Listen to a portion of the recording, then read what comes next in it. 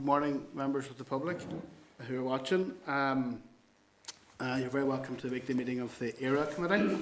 And I want to advise members the committee meeting will be recorded and broadcast throughout Parliament. Harry, that's you in full flow there. Harry and Rosemary, Harry and Rosemary, we're live here, so we are. We're live here, Harry and Rosemary. Okay, okay, members. So, first item, members, I have on the agenda here are apologies. I don't have any apologies. The second item is chairperson's business. I don't have any chairperson's business.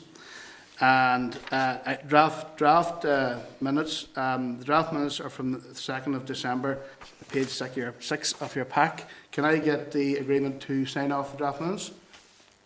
Okay. Okay, members. Matters arising. The Spring Traps Approval Amendment Order, NA21. So page 22 is the statutory rule on spring traps, which the committee noted at last week's meeting. The rule has been laid in the Business Office and is subject to night resolution of the statutory period ending the 1st of February 22. And we agree to bring forward the details to the examiner statutory rules for comment. Okay.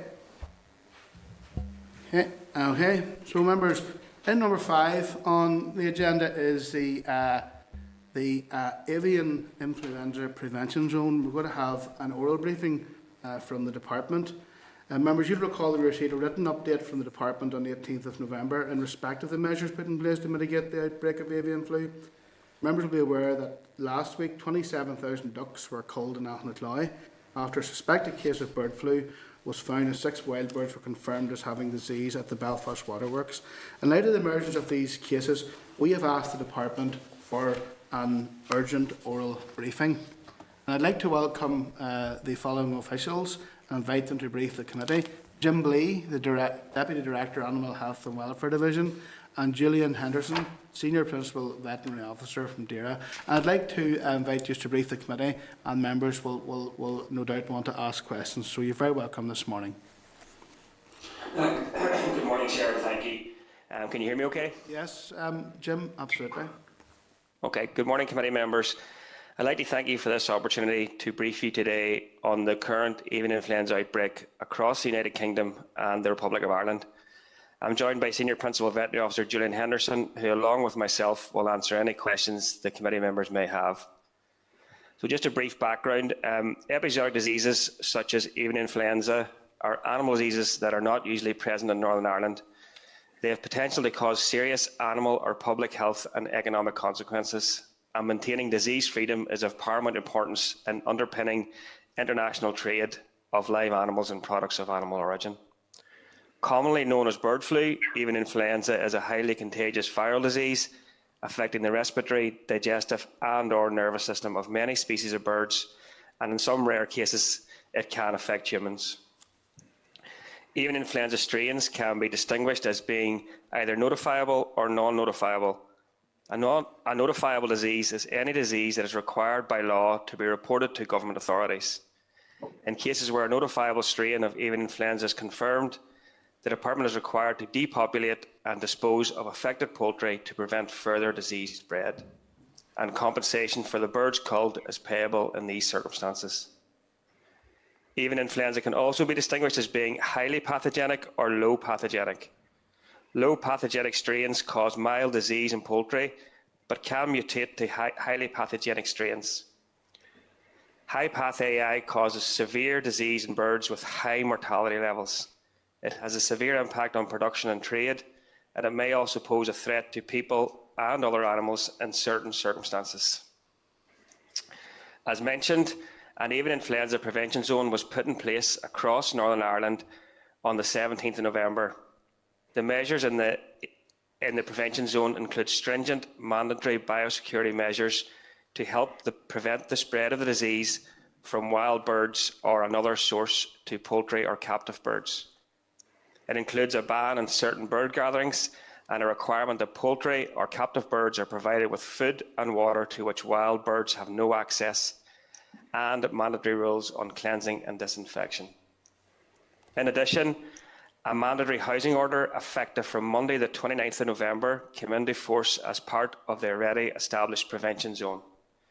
This further disease prevention measure legally requires all birds to be housed or otherwise kept separate from wild birds. So moving on to the current situation across these islands. As of today, Great Britain is on day 44 of this current outbreak. To date, 38 cases of high-path H5N1 have been confirmed across Great Britain since the first confirmed case in England on the 26th of October at a premises in Worcestershire. The breakdown of confirmed cases as of this morning are as followed: 33 cases of high-path H5N1 in England, 2 cases in Scotland, and 3 cases in Wales. Restrictions and disease control zones have been put in place around each of the infected premises to limit the spread of the disease. Culling and preliminary disinfection is ongoing at all premises, and the type of premises infected range from small backyard hobby flocks to significant commercial premises in excess of over 100,000 birds. In addition, there have been over 300 confirmed cases of high-path H5N1 detected in wild birds across Great Britain. This is now the largest ever outbreak of avian influenza on these islands, with 38 confirmed cases in Great Britain. In respect of the Republic of Ireland, as of today, high-path H5N1 has been confirmed at 4 commercial holdings, 3 in County Monaghan and 1 in County Cavan. The disease control zones for one of the cases in County Monaghan and the County Cavan case extend into Northern Ireland, and we have established corresponding zones as required. In addition, the Republic of Ireland have reported 57 cases of H5N1 in wild birds in 9 countries across the island. So in Northern Ireland, as of today, there are 2 confirmed cases of high-path H5N1 in Northern Ireland. On Tuesday this week, the Deputy Chief Veterinary Officer for Northern Ireland officially confirmed high-path H5N1 in 2 premises in Northern Ireland. The one in Auchnacloy, where the ducks were present, Chair, that you mentioned, in County Tyrone, and a small backyard flock in Bruckshane in County Antrim. 3-kilometre protection zone and a 10-kilometre surveillance zone have been declared around both premises.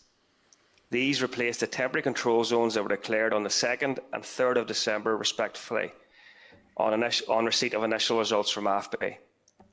Culling has also been completed at both these sites.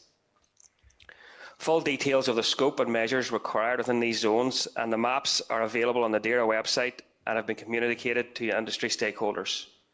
The Department has also written to flock keepers within both zones to make them aware of the developments and the measures now in place. All moves of poultry and poultry products within these zones are now required to be licensed. A movement licence centre was established on the 1st of December in Strabane DAERA Direct Office to facilitate this. The confirmation of high-path AI H5N1 in 2 premises in Northern Ireland brings the UK total to 40 cases. Furthermore, as of today, DAERA has confirmed cases of the strain in 9 wild birds across Northern Ireland. These have been at the Waterworks Park in Belfast, West Belfast Loch, Monlock Loch, Hillsborough and the Loch Shore Portadown. DAERA collects dead wild birds for avian influenza surveillance purposes to help us understand if and when the virus is present in Northern Ireland and how it is distributed geographically. Once AI has been detected in a particular area, further testing is no longer deemed required. We rely on reports from the public to help us identify dead wild birds for testing in new areas, so testing does not always reflect the prevalence in the wild bird population. The Department has recently confirmed that it's clear, given the evidence, the native wild bird population in Northern Ireland has been affected by the strain that is being carried here by migratory wild birds. DAERA's primary function is the control of avian influenza in poultry and captive bird flocks and is not involved in the control of the disease in the wild species. Where dead wild birds are not required for surveillance purposes, it is the landowner's responsibility to safely dispose of the carcasses. DAERA officials have been working closely with the local councils, in particular Belfast City Council, in relation to this matter, given the concerns raised earlier this week in relation to the sick wild birds in Belfast Waterworks Park. Belfast City Council are taking action, as is their responsibility as a landowner. Whilst any decisions on next steps in relation to this matter is for Belfast City Council in conjunction with the Public Health Agency, DAERA officials remain available to provide advice and guidance as we have been and as required going forward. We have been working closely with the PHA to communicate key messages and provide updated advice to both the general public and veterinary practices. The PHA has advised that human infections with AI are rare, as it is primarily a disease of birds, and the risk of health to the general public is very low. The Food Standards Agency has also made it clear that avian influenza does not pose a food safety risk for UK consumers. Properly cooked poultry and poultry products, including eggs, are safe to eat. We have been working closely with colleagues across Great Britain and the Republic of Ireland as this outbreak develops. This has included daily stock take calls across the UK and close collaboration with colleagues in the devolved administrations on the approach to this outbreak. We have had frequent engagement with our colleagues in the ROI, particularly where disease control zones from an infected premise in our respective jurisdictions have extended into the other. This was to ensure that zones were introduced in parallel and stakeholders informed in a timely manner. In addition, following a formal request for assistance from the Department of Agriculture, Food and Marine, DAERA officials provided support to depopulate 2 of the sites in County Monaghan, providing both equipment and practical assistance. Since the first confirmed case in this current outbreak, we have undertaken frequent engagement and communications with local industry and other stakeholders to heighten awareness and deliver key messages on how best to protect the Northern Ireland poultry flock from an avian influenza incursion. We have developed a biosecurity self-assessment tool, which is available on the DAERA website, along with guidance to assist all bird keepers to review, enhance and maintain robust biosecurity measures to protect their birds and also to comply with the legal requirements of the avian influenza prevention zone, including the housing measures. There have been extensive media interviews, press releases and a social media campaign communicating the introduction of the prevention zone, further emphasising the importance of good biosecurity. The avian influenza text message service has been used regularly to update on the new measures to mitigate against the risk of an incursion here and promote the need for excellent biosecurity. Furthermore, DAERA hosted a Protect Your Flock webinar on the 1st of December that attracted over 400 attendees in conjunction with CAFRE, industry and local vet practices. This was aimed at the backyard and hobby flock keeper sector and focused on the practical steps that can be taken to protect their flocks, including housing their birds or otherwise keeping them separate from wild birds. We continue to meet with industry stakeholders weekly, and depending on the circumstances, this has been increased where necessary. The risk of a further high-path AA incursion to domestic poultry in Northern Ireland is now assessed as moderate, with biosecurity at flock level continuing to play a pivotal role in the potential to reduce the risk posed to each individual flock. The veterinary risk assessment highlighted that it was imperative the poultry industry and all keepers of birds should continually review and reinforce their biosecurity arrangements. This includes the physical separation of wild birds, particularly waterfowl and gulls, from poultry and captive birds, as this remains the most effective protection against an incursion of AI. As outlined above, we will continue to work closely with all stakeholders to communicate this important message. Chair, thanks for your time. Perhaps a bit longer than I was expected, but quite a bit to cover, and we're happy to take any questions that members may have. Thank you very much for that, Jim. And we have a number of members looking to ask questions. I suppose what we'll kick off with, Jim, is the issue of compensation. Obviously, you know, the likes of that farm in Aughnacloy, 27,000 birds were killed, culled, and you know this is a huge impact on those farm businesses. Has there been any progress or any discussion around facilitating compensation for people in this situation? So, Chair, thanks for that. In relation to compensation, where we direct the culling of birds or the seizing and destruction of items that could spread the disease, we're statutorily obliged to pay compensation for those birds and products. So that valuation in the Auckland site is ongoing in conjunction with the flock keeper, and we will be making that compensation available for that flock keeper. Just to confirm as well too, the cull was completed the cull was completed last night, and some credit to the field staff who worked in very difficult conditions during Storm Barra. And the final total on that site was 22,100 ducks were culled, Chair. Yeah. And tell me, Jim, and I suppose it's difficult to project this, do you envisage this will have any detrimental impact on families' ability to get duck or turkey or fowl for Christmas? So, Chair, at the minute now, and the Chief Veterinary Officer was asked this question on Tuesday night in Farming Matters. It is our understanding that there's no threat to the supply chain at present in relation to this. Quite a bit of the Christmas kill will have already taken place. Whilst it's a blow, obviously, as well to the individual flock keeper and their business, which is of course of concern, the wider supply chain remains unaffected significantly, and that goes with the 40 confirmed cases across the UK. That's great. Thank you, Jim. I'm going to move around the room. Patsy? Yep, thanks very much, Chair, and thank you, gentlemen, for your presentation here today. Could I just inquire, on social media at the earlier part of the week, now he's quite a prolific news media person, Squinter, he goes by the name of, reported that he was asking a question of Deirdre, your avian flu line is officers only, as I found yesterday with swans dying in the waterworks while paddling in grotesque circles. And he goes on to explain about a team being sent to cull 30,000 ducks. We just talked about that in Tyrone last week, and refers to it just been Monday to Friday. Is that in fact the case, that it is just a 9 to 5 Monday to Friday report or helpline or whatever you choose to call it, that avian flu line?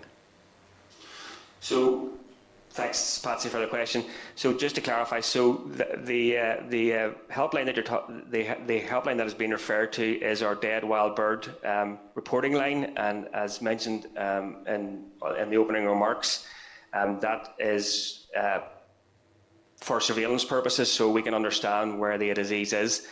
In relation to it being available during office hours, that is correct, but there is a message on it to further contact another number and give direction as well. We are actually taking forward as well to and taking feedback from stakeholders and from the public in relation to that matter to improve that service. Is this is the message that's on it, is this a recent thing, or is it something that has always been on that? Helpline's probably the wrong word for it, but guidance line? My understanding is that the message has always been on it, but I'll ask Julian if he can confirm. You're on mute, Julian. Oh, sorry. I'm not on mute. Yeah, you're okay. You're okay, Julian? Okay, sorry. Yeah, the message has been in place for quite a number of years. During the course of this week, in response to those comments, the staff have reviewed the availability of the line and the messaging, and yeah, they've made some recommendations for improvements which should be in place before this weekend. Right. So, what they've reviewed it, and what did they find? Did they find shortcomings with it, and what are their recommendations? Can you share those with us at this stage, Julian? I'm sure they're not too complex. No, they have just made sure that the lines of communication within DERA are correct, so that the messages are getting to the right people, and that the numbers are correct and the reporting systems are correct. And yeah, everything should be in order for this weekend, so there's absolutely no confusion. Okay, so can you just talk me through, just because obviously the public will be listening to this, so if someone rings in to report this because they're seeing birds in distress, as reported there, so if someone rings in, what can they expect to hear, or what what guidance can they be given as to what to do in those circumstances, and maybe have a connection with a human being who's fit to understand the location and what's wrong with the birds and how that might be filtered into the system. Yeah, they will be directed to a point of contact where they can report the details of the dead bird, if it's a dead bird pickup during the week. Otherwise, they will be directed to a helpline where they can leave that information. And that's not a live person, that's a recorded message, is it? Helpline, is that what you're saying? They should be able to speak to a live person. Okay, that's okay. Thanks very much indeed. Thank you, Chair. Okay. Pleasure. John? Chair, thank you, and thanks to Jim and Julian for the information they provided us with. Two questions, Chair, which I'd like to take separately, if it's okay with you. The first one is on the issue of resources, and we've touched on that already. Given that DAERA will have a finite resource at veterinary and reactionary level when such crises arises, can I ask then, in a situation where something of this magnitude arises, is an additional resource available? Has that been assessed, and can it be deployed if it has not been already? Okay, I'll pick up the first and then hand over to Julian on resources, John. So we do have a number of contingency measures in place in relation to ensuring we have enough resource to deal with outbreaks in poultry flocks. As you can imagine, this can be a very resource intensive activity in culling the birds. The cull in Auchnacoy took 4 or 5 days. Julian can confirm, and it's very difficult work. We also have an issue in relation to that. Vets that are on infected premises can't be on another poultry flock for a certain period of time. I'll let Julian pick up on the detail, but we have been working on prioritising work within the department, and do have arrangements with other private veterinary practitioners and our colleagues in the south. As mentioned, whenever our colleagues in the south had their 2 County Monaghan outbreaks, we assisted them. But I'll let Julian pick up on some of the detail. John, thanks. Thank you. Yeah, resources are a real issue right across the British Isles, and not just veterinary resource. At the minute, we are, as Jim has said, prioritising staff into the work on bird flu. Right across the department, we're considering our resourcing needs to enable us to sustain this response throughout the winter, throughout the Christmas period, and we're putting plans in place as to how we can maintain the response. But at the minute, staff are working long hours. They have been working overtime in difficult conditions, and we are actively considering how we can just sustain that response, and it is by ceasing work and reducing work in other areas, deprioritising it. Thank you. I'm grateful for that reference to reprioritising, because that's probably what I was getting at there. The second question, Chair, relates to public sites such as Belfast Waterworks. These are vital parks and recreational facilities. Belfast Waterworks, for example, has a weekly park run, and of course people use it very, very regularly for their recreational activities. How closely is the department working with other agencies with regard to the reopening of these facilities to the public? And is there a framework in place to have those discussions and reach conclusions so that these facilities will again, as soon as possible, become publicly available? Thanks, John. Again, I can start off.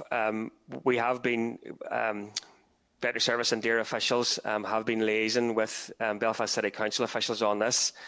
We have provided them with guidance and our risk assessments as well too, for officials working in these conditions to ensure that they have the most up-to-date information.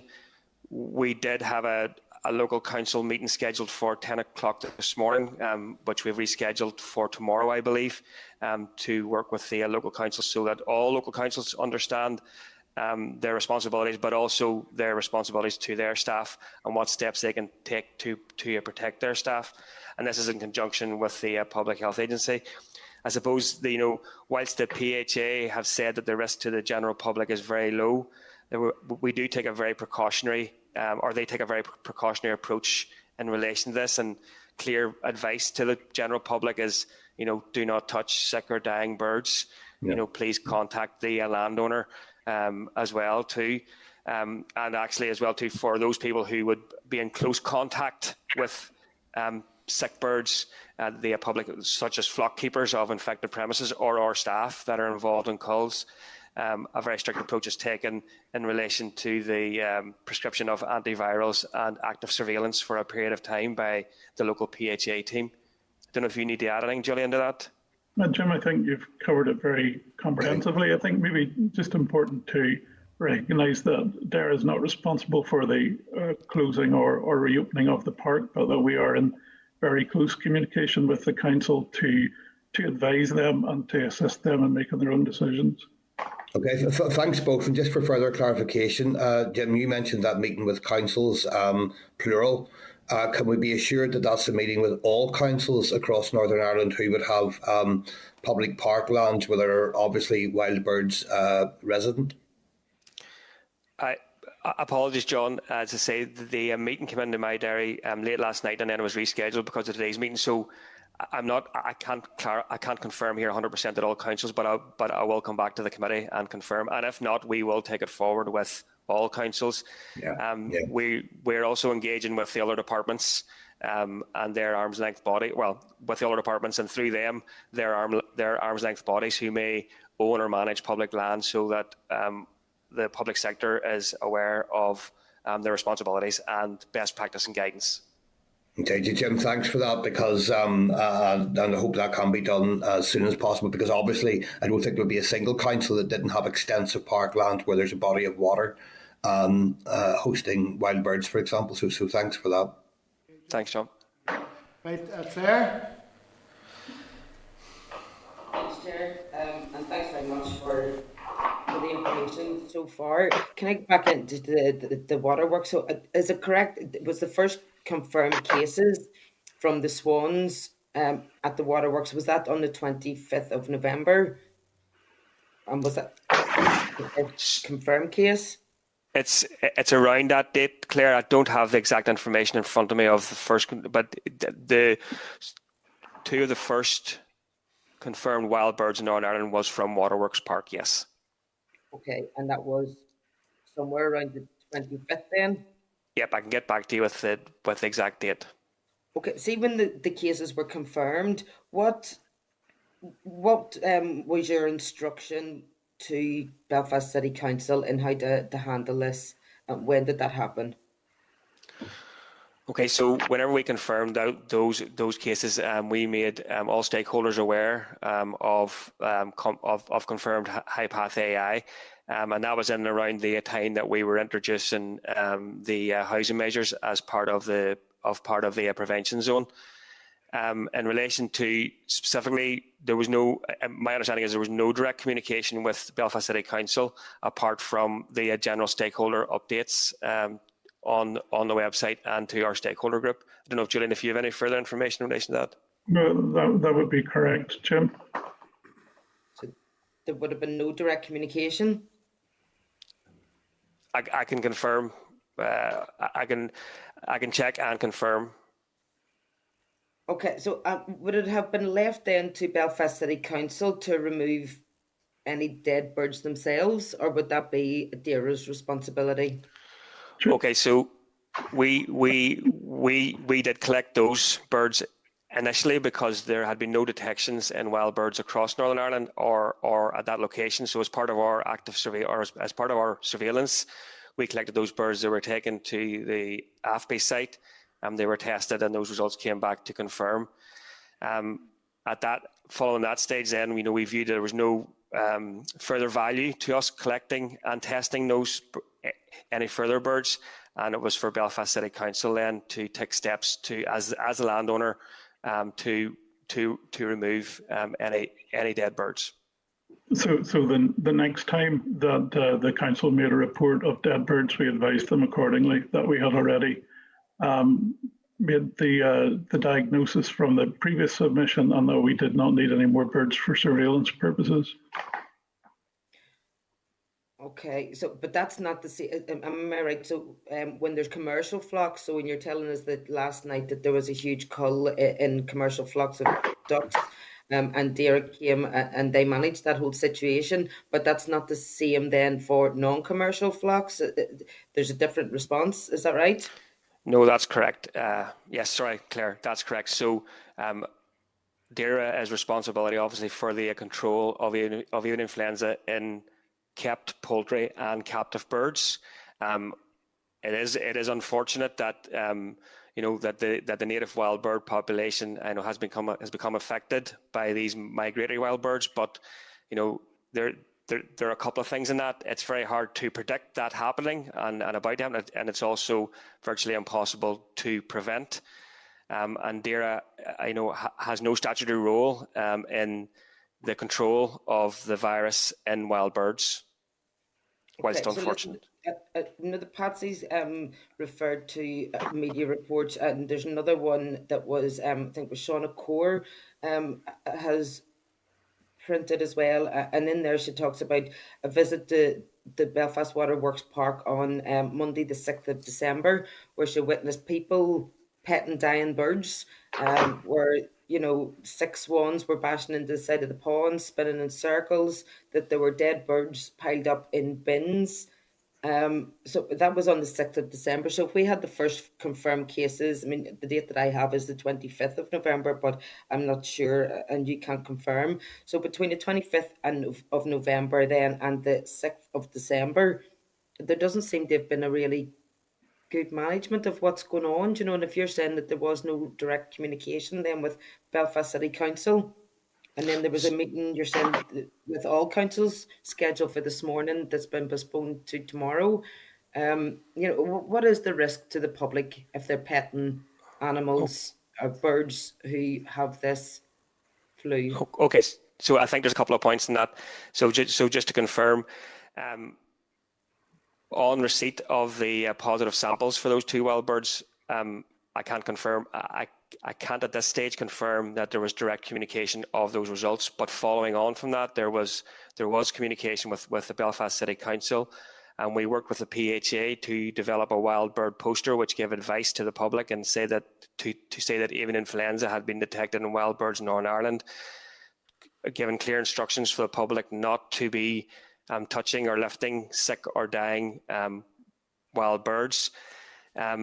Again, I suppose the public health advice is, as I said, that avian influenza is a very low risk to the general public, but would strongly advise the general public not to be touching, lifting dead or sick birds, and that they would take a precautionary approach for people who have been in very close contact with dead wild birds. Okay, thank you. Thank you, Claire. Rosemary? Rosemary, you might be muted. Yeah. Okay, thank you very much. Thank you for that update, Jim. Couple of things. You said you were meeting councils. Obviously, I represent a rural area in Fermanagh, South Tyrone, as you're aware. You're meeting with councils. I'm thinking of the like of Waterways Ireland. Will you have contact with them? Because obviously they run from Northern Ireland straight through into the Republic. So I presume you'll be meeting with bodies like that also. So that's a very good suggestion, Rosemary, and something that we could take up with our colleagues in DAFM as well about how we work cross-border in relation to these matters as well too, and I'm happy to take forward engagement with Waterways Ireland, and thanks for that. Yeah, and yeah, you talked about cross-border again. Obviously, quite a substantial part of Fermanagh and South Tyrone is along the border, and of course these confirmed, or well, that Auchnacloy one is on a border, and also the ones that are in the Republic, Monaghan and Cavan, are also in the border area. So, what sort of communication and support is there between the two, between North and South, to try and stamp out this, or try and to minimise the effects of this avian flu? avian Thanks. bird flu? Thanks, Rosemary. Yes, we've been working very closely with our colleagues in the ROI.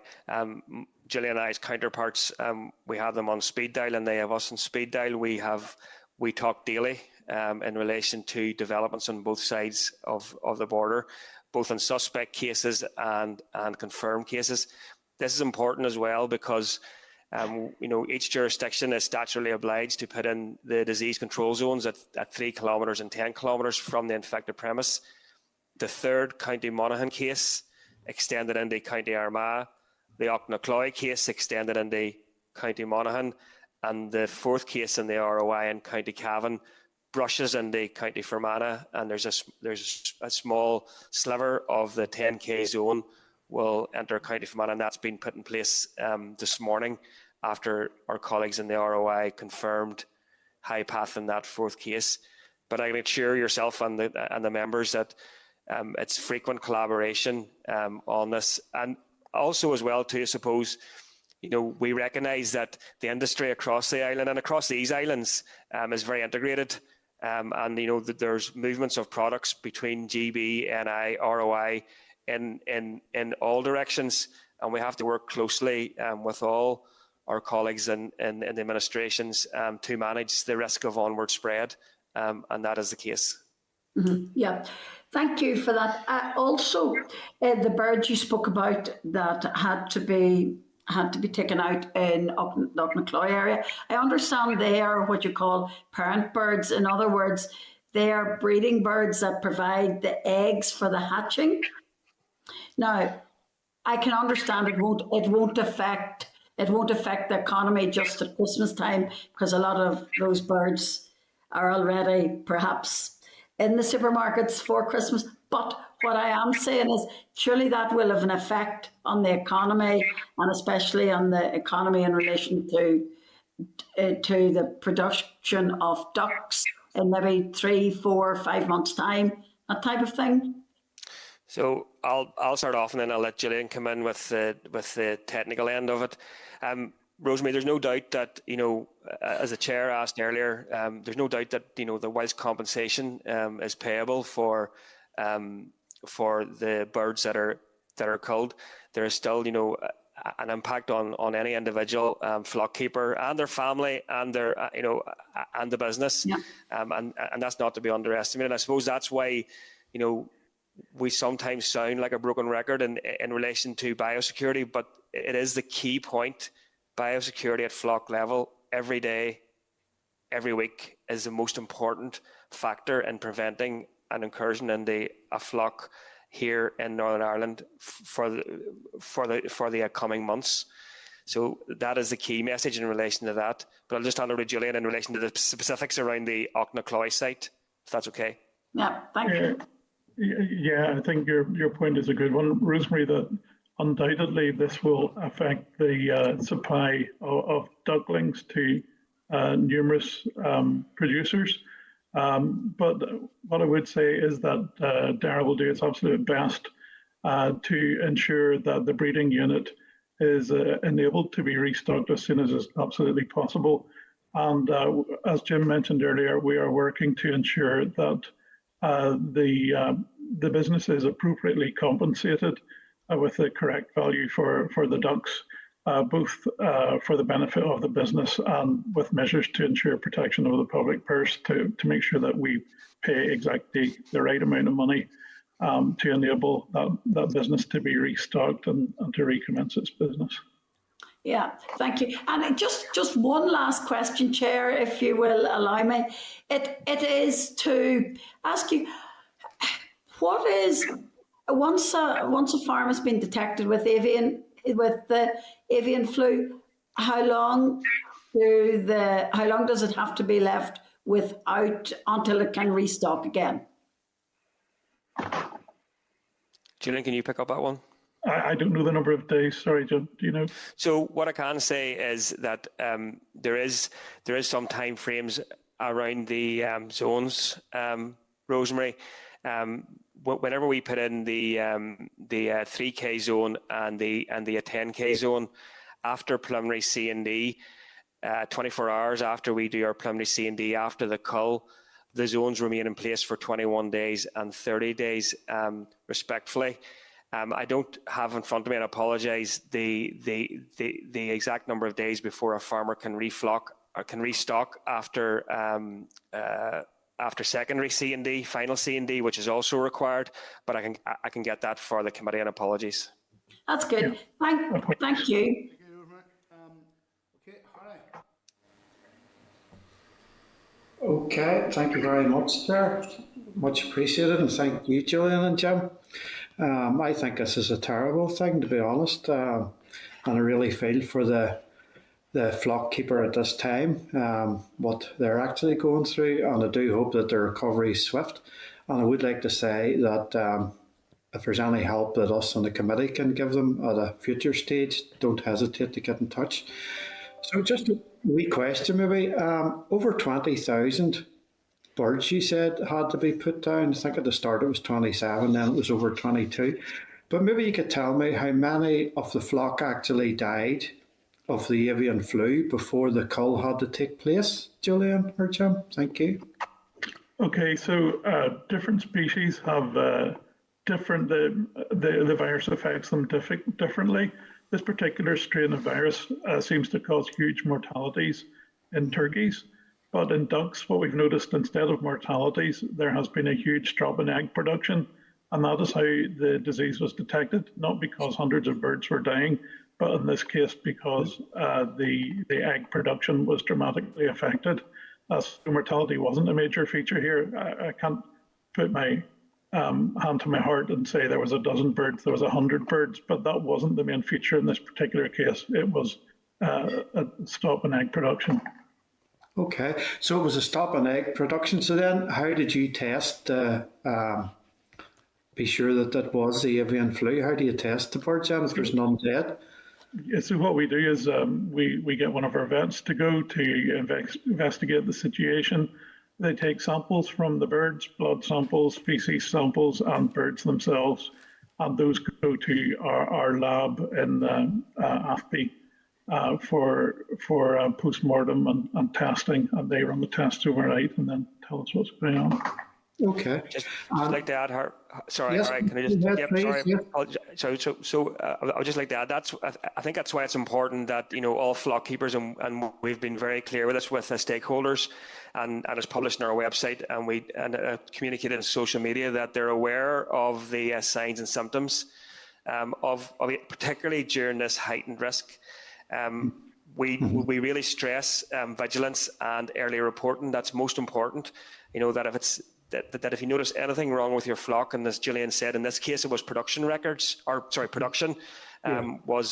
the trigger, that deer is notified so we can get in as quickly as possible and mitigate for any onward spread. So I think that's very important.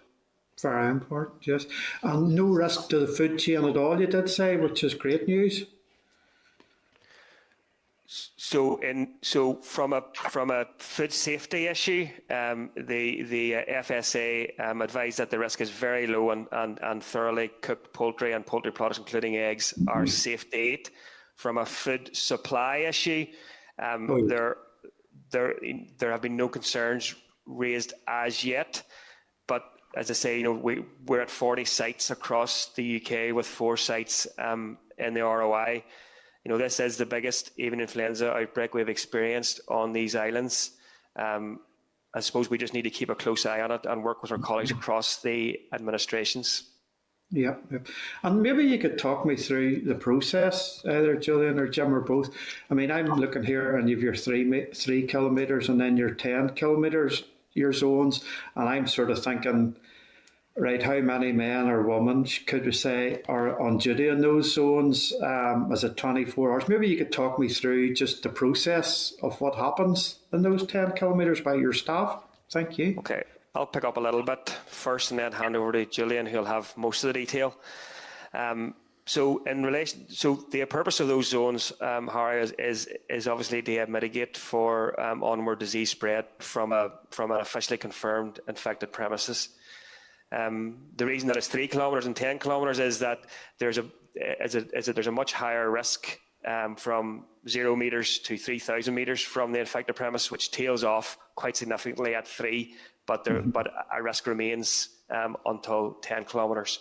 Yeah. The measures within both zones are similar in relation to that all poultry or poultry products need licence to move within, into or out of the zone, and that's that has both a burden on industry but also on ourselves in relation to ensuring we can supply those licences. As I said, we have 2 vets working in the Movement Licence Centre in Strabane, assessing those applications for moves and making sure that they can be that the move is first permitted and that the conditions are in place to ensure there's no risk of onward disease spread. There's also then some activity in relation to surveillance, which Julian can pick up on in both zones, which is important to ensure that we can lift the zones within the minimum time of 21 and 30 days and lift that burden on industry and ourselves. But I'll let Julian pick up on the surveillance activity in the zones. Yeah, the initial surveillance is really to ensure that any birds going for slaughter or moving out of the zone are not carrying disease. So we are carrying out some inspections to enable birds to go for slaughter. Those are very few at the minute. Thereafter, we do some surveillance within the 3K zone rather more intensively to ensure that the absence of disease. And then at the minute, we're developing a strategy for the bigger surveillance zone, the 10K zone, to enable us to have an assurance that no disease is present there. And we do this zone to zone, depending on the nature of the industry there, the environment there, and the risk there. And this is really to facilitate ongoing trade and to be able to give assurances to trading partners that the disease has probably been eradicated and there's no signs of it remaining in the flocks in the area. Yeah. Thank you, gentlemen. And just to finish up, do you think we're over the worst of it? Would you say that you would think you have control of it and you'd be confident enough that the spread is under control? Thank you. So I can pick up a little bit again, Harry, if that's okay, and then Yes, I'll pass that's over fine. to Julian for the technical detail. I suppose it's a very difficult question to answer. I mean, we've been very clear that that the virus is present in the migratory wild birds, and that infection pressure will remain until those birds go back to their feeding grounds. Again, it goes back to, I suppose, it's what each individual farmer does at flock level to protect themselves. And we will be continually trying to get that. We will be continuing to get that message out through a range of media channels. But again, I suppose it goes back to every day, every week, every flock keeper doing everything they can to keep the virus out of their individual flock. I don't know if there's anything you need to add, Julian. No, I think I would maybe draw some parallels. With COVID, people are well aware of the disease curves that we've seen, where the incidence goes up and then comes down again in response to measures taken. So I think, at the minute, GB are maybe a couple of weeks ahead of us on that curve, and we need to do everything that we can to break the transmission of the disease. And there really is an onus on anyone who keeps birds in Northern Ireland to break that transmission cycle by minimising the potential for infection from wild birds to get into their poultry flocks, whether they be commercial or backyard flocks. And we've loads of information on our website which should enable people to do that. Now, the virus does persist in the environment in cold water, and the colder that it gets, the better it persists and the longer that it lasts. So this threat is going to be with us right through the winter, and people are going to have to be extremely vigilant and not stop being vigilant until it warms up in the springtime. Just to add, Harry, I suppose just to add for members in the record, there is a biosecurity checklist available on the DAERA website. We have shared widely with stakeholders. It's downloadable on phones and tablets. And I would strongly urge if you keep one bird, download it, walk around your premises, fill it in. If you can check every box, you have done everything you can to minimise that risk. If you haven't, then you need to take action. Yep, that's great. And to finish off, to every flock keeper, I would recommend myself check the Dairy website and look after your flocks. It is best for yourselves and everyone. Thank you, gentlemen. Thank you, Chair. William, thank you, Harry. William? Thank you, Mr. Chairman, and can I thank Gillian for their presentation to us and explaining the situation. In relation to compensation, and there can be huge potential for a farmer losing large number of birds. Does the data compensate on both for the value of the birds and the culling of the birds? So, I think I picked your question up right, William. Is that you're asking, does DAERA pay for the compensation and culling of birds? So, DAERA will fund the culling activity, the disposal, and the C&D of the flock keepers' premises to ensure that that they can restock and we can start the clock ticking on zone clearance, and compensation for the birds as well. So I can confirm that's our position. Yes, so there's potential for huge loss for a farmer. I suppose in reality, when he loses his birds, he's no income then until he can restock. The danger, one of the biggest dangers is wild birds carrying the disease. Can wind, for instance, carry the disease? I'm sorry, I didn't catch that, William. Can wind carry the disease? Can it be carried by wind? Wind. Sorry, yes, Gillian can answer that, I think, but I think there is a potential, although, well, I'll let Gillian answer, sorry. Yes, but the primary means of transmission is in bird feces. The wind transmission is going to be on a reasonably short distance. It's not a disease that's irregularly wind spread, unlike some of the other epizootic diseases. And I suppose that's why we have, stricter measures within, short, within the 3 kilometre zone of officially confirmed infected premises, and moves that leave that premises. We would carry out clinical visits on the birds and stuff to ensure that we mitigate for onward spread. William. Okay. Thank you. Okay. Yeah, Patsy, you're looking in the end there? I just want to come back in. I was listening there as you were saying about farmers and those who have the stock about them have to be careful and have to take measures and what. Tell me, like, if birds or ducks or whatever are out through the day, and some of them, I know some of them in the production of eggs, and I want to ask you just a question about the eggs as well, but as Rosemary raised it, but what sort of measures, practical measures? Now, it's probably easy enough for us to say you have to be careful, you have to take measures, but what sort of practical measures would you be suggesting to people who have the animals about them, the birds about them? Okay, so on the first point, Patsy, and thanks for the question, on the first point, as part of the prevention zone now, there is a housing order in place. Right. So all birds should be housed, and that's all birds from 1 bird up to the large commercial flocks. So those birds should, and that is a measure to break that transmission route from wild birds to a flock level. There are some circumstances where that's not possible or practical, and there are measures people can take in relation to covering their outdoor coop with netting of a particular size, having bird scares on site. Fencing off ponds to ensure waterfowl don't mix with domestic birds, but all that advice is available on the DAERA website as part of our biosecurity guidance in relation to the prevention zone and housing measures. So, just back to the eggs issue, there are some people who sell their eggs because they market them as free range, and that free range, I think it can be quite a liberal interpretation, but free range means that the birds can be outside for at least part of the day.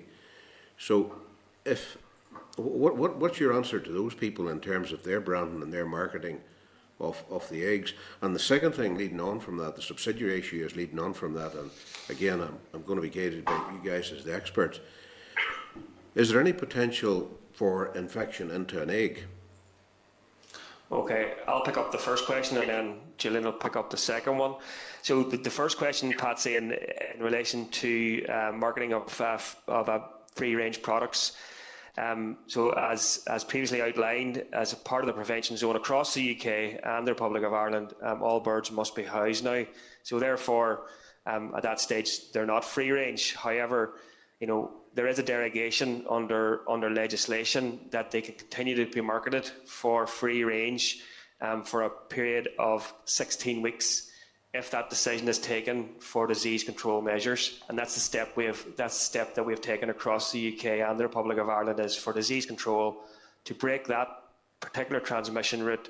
We believe that it's necessary to house the birds. But as said, there is a derogation in legislation that the eggs can continue to be marketed as free range for a period of 16 weeks.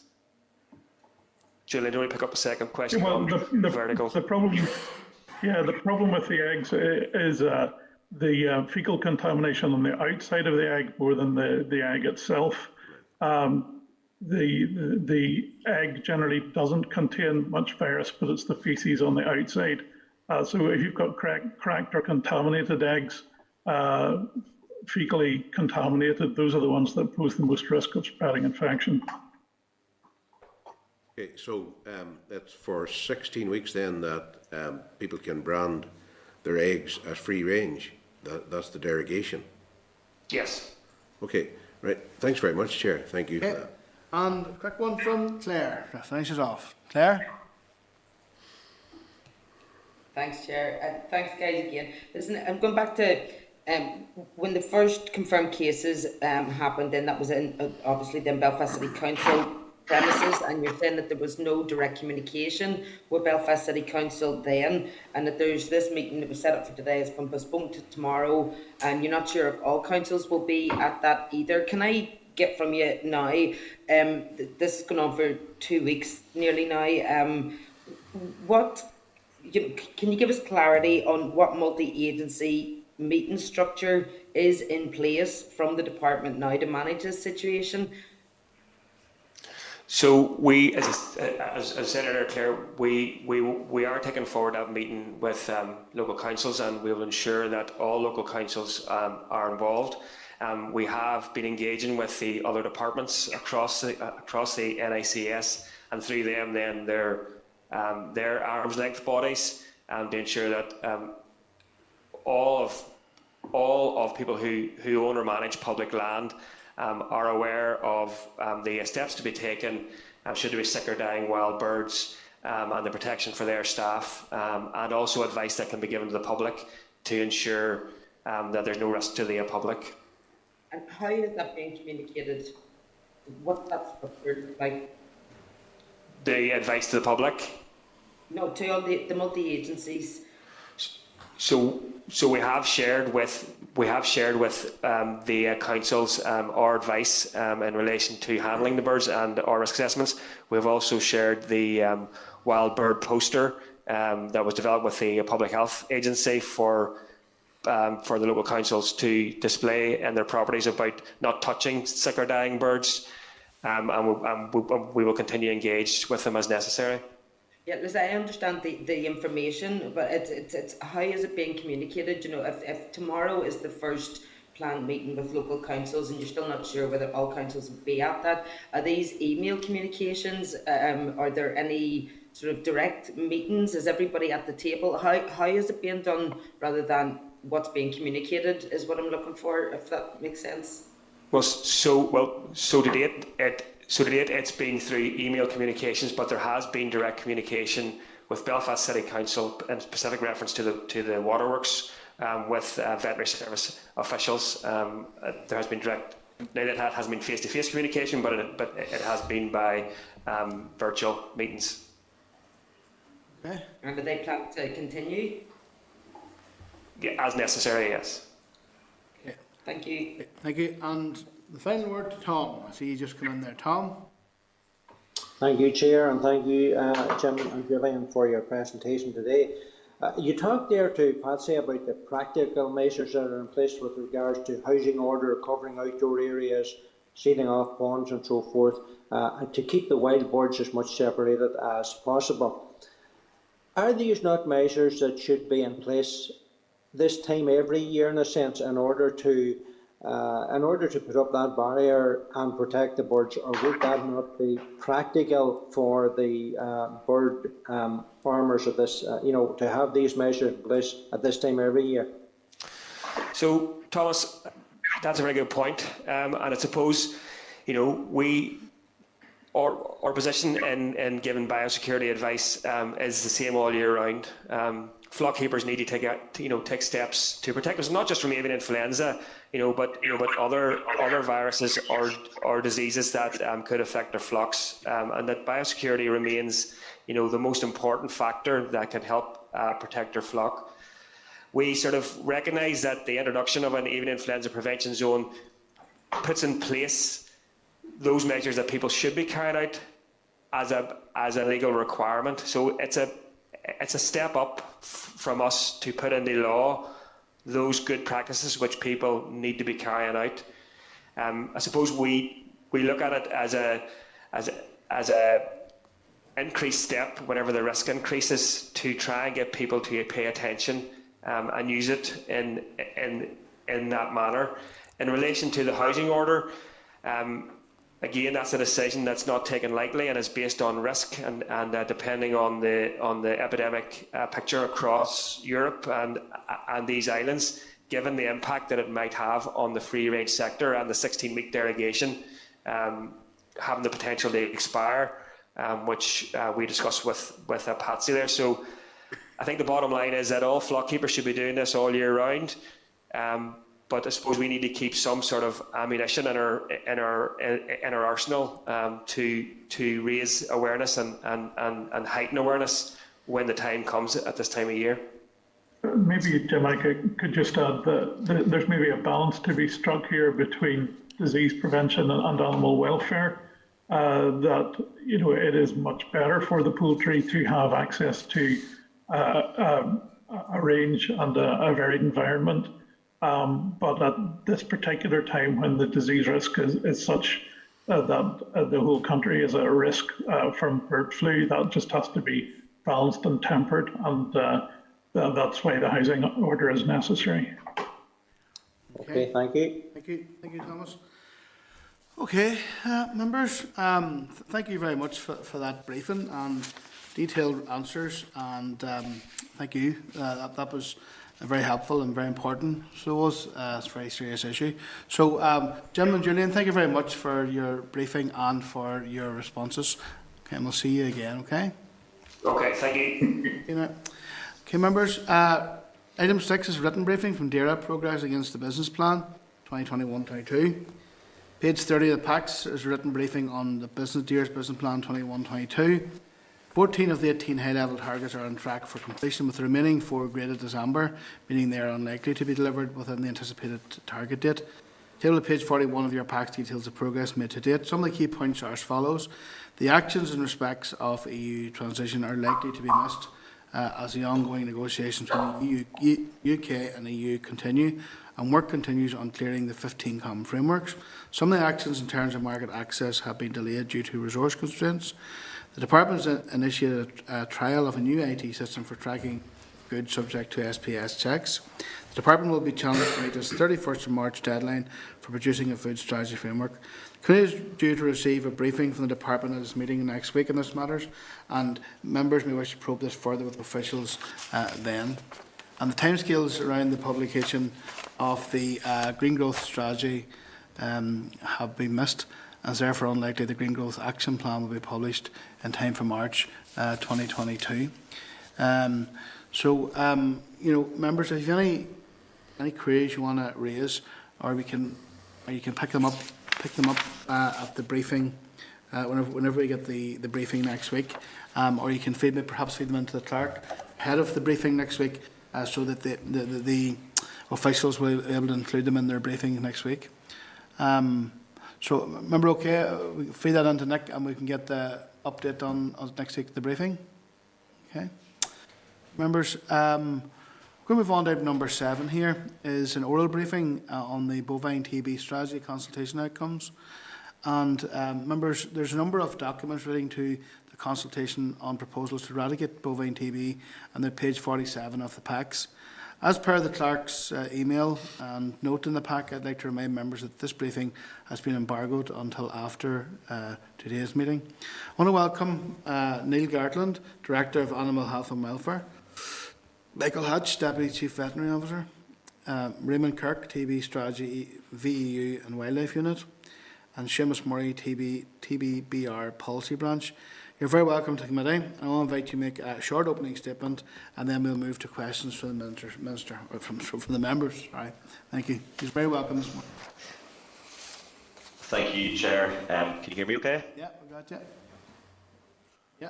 Perfect. Thank you, Chair, and good morning to you and to fellow members of the committee. As you outlined, I'm joined today by my colleagues, Michael Hatch, Deputy Chief Veterinary Officer, Raymond Kirk, Senior Veterinary Officer, and Seamus Murray, Assistant Director, TB Strategy. Thank you for the opportunity afforded to us, and we're pleased to be with you again to provide the committee with a summary overview of the significant number of responses received to the most recent consultation on the proposed new bovine TB eradication strategy for Northern Ireland.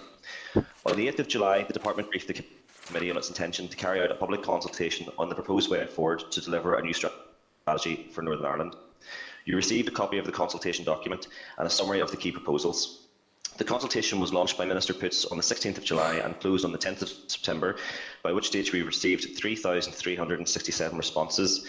Over the time allocated, I hope we can provide a summary of those responses to that consultation and, of course, seek to answer any questions that members may have. I should make it clear at the outset, Chair, that we are not currently in a position to indicate what the Minister may agree to in terms of next steps, as he's yet to make those decisions, and will only do so once the necessary environmental assessments are complete. I will, however, at the end of opening remarks, provide some indication of next steps and how we intend to progress.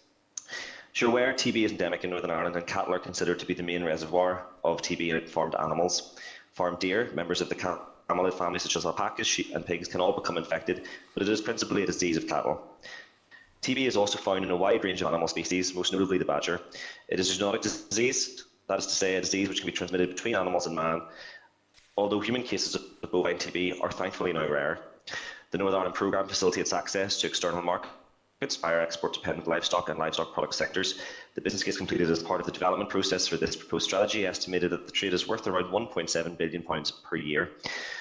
The Northern Ireland Bovine Programme, Bovine Tuberculosis Programme, has cost in the region of £36 to £40 million per annum in recent years. There has been an improvement in these statistics since 2017. However, over the past year, herd incidence rates have increased again and currently stand at 8.64% for the 12 months to end of September 2021. It is generally recognised that the financial costs and impact of BTB, both to the public purse and to farming businesses and families, is unacceptably high and therefore unsustainable. The proposed strategy is based on the recommendations of the TB Strategic Partnership Group, their 2016 report, and the subsequent views of the TB Eradication Partnership. The strategy, importantly, aims to address all the factors that contribute to the spread of TB. The Department's response to the TB SBG original report was subject to first public consultation in late 2017, early 2018, with nearly 200 responses. And as you're aware, a number of the recommendations, particularly in the areas of wildlife intervention and compensation arrangements, require ministerial decision. Unfortunately, the suspension of the Assembly meant that we could not proceed with those particular areas until the Minister was back in post. At the outset, I want to acknowledge that we understand the frustration that a new strategy has been long awaited for, particularly when TB can and does have such a devastating impact on rural communities, and in particular on farming families who may be currently restricted or have suffered a TB breakdown on their farm. However, the Department has taken steps to ensure we did not stand still. As with all policy development proposals of this scale, where significant expenditure is concerned, a detailed business case underpinning the strategy had to be completed. During this period, we also engaged and still continue to engage with a range of stakeholders, and as far as possible kept them informed of progress, not least through our regular meetings with the TB Stakeholder Working Group. We've also worked closely with the TB Eradication Partnership, seeking their advice on policy development as the intended voice of stakeholders on everything from the business case to advising on proposals to the Minister and drafting of the consultation document. Following the completion of the business case in early April, officials provided Minister Poots with recommendations for a way forward across the areas of partnership working, enhanced cattle measures, herd health and biosecurity, wildlife intervention, compensation, and making better use of research. The proposed new strategy therefore provides the way forward to achieve the ultimate aim of BTB eradication, as it simultaneously addresses the key factors underpinning disease spread. In addition, as highlighted at my last evidence session before the committee and within the consultation document itself, in light of our rising disease, we also progressed a number of policy and operational measures within the programme over the past number of years. For example, expanding the use of gamma and changes to the use of severe interpretation. Chair, turning to the recently closed consultation, as outlined, it garnered significant stakeholder interest with 3,367 responses received, and officials have now carried out a full review. Members have been provided with a copy of the summary report, which will be published later today. It provides a detailed analysis by category of respondent and by question posed in the consultation. The majority of respondents submitted responses through Citizen Space. However, some of our key stakeholders provided substantive, detailed written submissions, and these are also reflected in the summary report. I will now provide a flavour of what the report outlines. Respondents from a farming background represented the majority of the responses received, with 2,331 responses from individual farmers and 15 from farming bodies. A further 950 responses were received from individuals who did not identify as farmers, while 22 responses came from individuals who identified as having an environmental conservationist background. Environmental and conservationist bodies submitted 10 responses. 3 came from veterinary bodies and 16 from individual vets. Of the remaining responses, 1 came from a political party and 6 from individual politicians or those aligned with political parties, and 15 came from representatives of non-bovine interests, example, the alpaca associations. Respondents from the farming community generally agreed with the proposed approach to wildlife intervention and the introduction of new subordinate legislation which will enable non-bovines to be tested for TB. However, these respondents in this category were opposed to the criteria on which compulsory use of gamma would be based, the funding proposals for wildlife intervention, and the introduction of a compensation cap and proposed compensation reduction. Environmental and conservation responses were generally supportive of the criteria for gamma testing and the non-bovines legislation, but expressed opposition to the wildlife intervention and the proposed changes to compensation payments. For example, the Ulster Wildlife Trust did, however, indicate as key stakeholders that would have been supportive of a TBR type approach. During the consultation period, officials also held a number of meetings with the UFU and the UWT at their request, and as I outlined previously to the committee, officials within veterinary service always endeavour to meet stakeholders where possible and where requested. While the report gives a summary of all submitted responses, I would also like to mention that running alongside the consultation, there were 2 petitions: Stop the Badger Cull, which was launched by the USPCA, Ulster Wildlife and the Northern Ireland Badger Group, and the Badger Cull opposition, which was led in the Assembly by Alex Eason, MLA. It is estimated that over 10,000 and 3,500 signatures were added to both these petitions respectively, both now being closed. In terms of next steps, the eradication strategy will be taken forward as one programme of measures. However, by nature, some of these will be simpler and more straightforward to implement. Some measures that might require legislation and further engagement with stakeholders may take more time to operationalise. I wish here to note the recent information session the committee received also on the matter of alternative control herds and the use of orange seals for positive animals in Wales. Our proposed strategy, as an example, is wide-ranging and indeed includes commitment to review the criteria on which alternative control herds are approved. We would plan to work with TBEP and other stakeholders to consider the limited application of the Department's current policy in this area and establish what particular barriers there may be to uptake. This is one of the range of measures the Minister has already outlined that he wishes to accept as part of the next steps for the strategy. Before implementation, however, it is essential that the Minister has all the information necessary to make a final decision, particularly in the areas of badger intervention and compensation change, key elements of our current consultation. As a result, before progressing with the decision on next steps, we are currently progressing the necessary environmental impact assessments and the proposed new strategy. Consultants experienced in this area are completing a strategic environmental assessment, and we envisage that these should be complete in the coming weeks, with the consultants progressing stakeholder engagement thereafter. Once these are complete and in consideration of advice from officials, the wide range of public responses, the impact assessments and business case considerations, the Minister will be in a position to announce a way forward on the strategy. To add, Chair, that veterinary services prioritising work with a significant amount in front of us at present, not least the avian influenza outbreak. And I'm grateful for Jim and Julian from the group having had the opportunity to brief you just before we have come into this BTB session. But please be assured, despite the emergency response, TB remains a key priority for the Minister and for us to enable the Minister to take decisions and set out next steps early in the new year. I and my colleagues are now happy to take any questions that members may have, and I'll bring in colleagues as necessary. Thank you, Chair. Thank you very much for that, Neil. A number of members down who want to ask questions. I suppose one of the things I want to just ask there, I note that the NI Pedigree Cattle Trust, they stated their belief that for a policy to succeed, it must be considered part of an all-island sort of approach. And you'll know yourself that there's a huge disparity between the levels of TB in the south and the north, but also in constituencies like my own and Rosemary's and many others, they straddle the border where there's farms in both jurisdictions. So how has the department proposing to address this cross-border dimension into the strategy? Sure, thank you very much for that. I think there are two things there. One is around how you would possibly select wildlife intervention areas, and that will be dependent then, once those are selected, whether or not a farm would straddle the border and how that then would be dealt with. And I'll let Raymond come in on a second. In terms of the all-island approach, similar with colleagues in GB, we meet regularly with our colleagues in the south and are very cognizant of the steps that they take within their programme, and of course how much more advanced in certain areas they are potentially than us. A key element of the department's view is that the South have been very successful with wildlife intervention, and we believe that is a key component of why they have been successful in driving down that disease to the levels currently in ROI. With that, Chair, a lot of the things within our new strategy will mirror what the South do, such as compensation changes, such as wildlife intervention.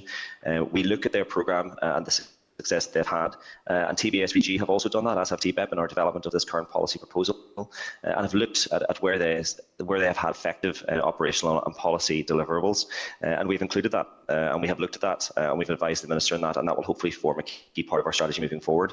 In terms of wildlife intervention and whether a farm straddles a border, that would very much depend on the selection areas when the department looks at what areas will be eligible for wildlife intervention as a whole. But I'll bring Raymond in on that if that's okay, President Chair.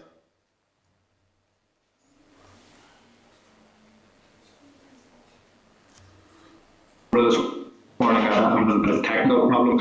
Yeah, as Neil has said, there's close cooperation between ourselves and DAFM on bee control in general, and we've certainly noted with interest the progress that they have made since they introduced wildlife intervention. And indeed, we've been out to see how they have applied wildlife intervention. Our approach here would be to identify those areas where we feel that wildlife and badgers in particular are playing a significant role in cattle TB locally. And when we most recently ran that exercise, we didn't identify any areas which were directly on the border.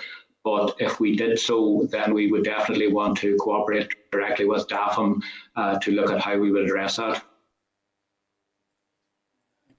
And thank you for that. And just before I move around, seeing in many or virtually all of the engagement I have with farmers on this topic, they make reference to the fact that whilst there is compensation for the cattle that have been culled, it's the cost of maintaining the rest of the herd that is closed.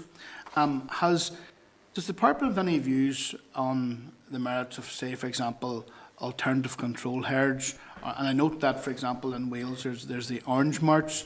Though, has there any consideration given the department as to how, for example, the likes of alternative control herds might be able to take the pressure off farmers in that situation where their herds are closed and they have to obviously continue looking after those cattle and feeding those cattle even though their herd's closed?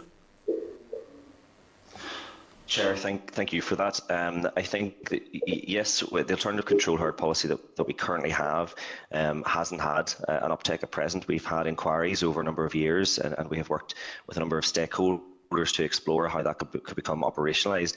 But we realise that there are a number of barriers within that to stakeholder uptake. So one of the key things within the consultation document at present, within our proposed new strategy, is for the department to work with the TB Eradication Partnership and with stakeholders to see what those barriers are and see if they can be overcome, to introduce a policy that works for both the department in terms of biosecurity and in terms of protecting herds and protecting the environment, but also that will protect and help the farmer in order to give them a route when they do suffer a breakdown. And SCHs would be a way to do that. It is something we're cognizant of, and it is something that we are looking to develop and progress forward within the new strategy. And just very quickly before we move around, it's an absolutely lethal disease, obviously with far-reaching implications. How many, would you have any figures on the amount of livestock that was culled last year, for example, or in a typical year, as a consequence of having this disease? Yes, for that, I'll hand over to Raymond for that one, Chair. Yes, thanks, Neil. It does vary a little bit, but roughly speaking, it's around about 1,000 animals per month, sometimes a bit higher than that. 1,000 per month? Yeah. No problem. Right, thanks very much. I'm going to move around the room. Patsy? Well, thanks very much, Chair. I note there at there's reference on, well, the issue of welfare, and should there be an animal welfare impact assessment conducted in respect of cattle and badger populations. Now, I think this is probably one best directed, because I've listened to a lot of briefings fairly recently from people who are vets, and indeed yesterday I was talking to a vet, and he was saying that in part of the area that I would represent, the amounts of TB aren't minimising or reducing whatsoever. So clearly there has to be something done to tackle the issue of TB. But specifically back to the animal welfare issue, I've read all the documents and we understand all the aspects of how much it's costing the public purse. But the Chair referred previously to this being an awful disease. Maybe some of the qualified vets there could explain to us how this actually affects the animals. Now, I'm talking about the cattle, yes, surely, but also how it affects those badgers, because from what I'm hearing from people, it's an awful, awful disease for the animals that are infected with it.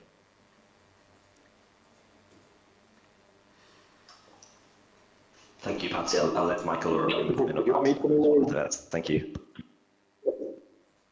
Okay, thanks, Neil. The disease is a horrible disease, there's no doubt about that. The old name for this disease was consumption, and it was a very good name for it because that's what it does. It consumes the animal. It affects a lot of species, affects virtually all mammal species.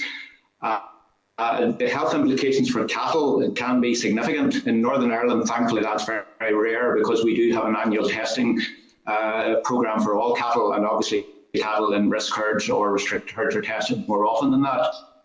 But were we not to have that testing programme, the typical development of the disease is slow development. It's a chronic disease. The animals will develop clinical signs such as pneumonia, wasting, chronic mastitis. The spread of the disease is largely by inhalation or by contact with infected sputum from animal to animal. Again, anecdotally, going back to the origin of the scheme, vets would have told you that they could watch the disease progressing along a byre as animals were in contact with each other in the byre. So the spread of infection is often associated with the housing period, especially if animals are housed in poorly ventilated buildings and where they eat or drink. So again, drinkers, feed troughs, feed boxes in the parlour, those are all high-risk areas. The disease does affect badgers in a very similar way. It's generally what we would call an enteric disease in badgers in that it's transmitted in the gut, whereas in cattle it's essentially a disease of the respiratory tract. But other than that, the consequences in both cases are the same. The disease is not treatable and it's ultimately fatal. Okay, thanks very much for that. And the outward symptoms, maybe just off that, if you could expand a wee bit on that for both cattle and badgers. But also, what I learned, and again, it's useful to listen on occasions, is from maybe some of your learned colleagues. This can be transmitted not very often, but it can be transmitted on that pathway through to domestic pets.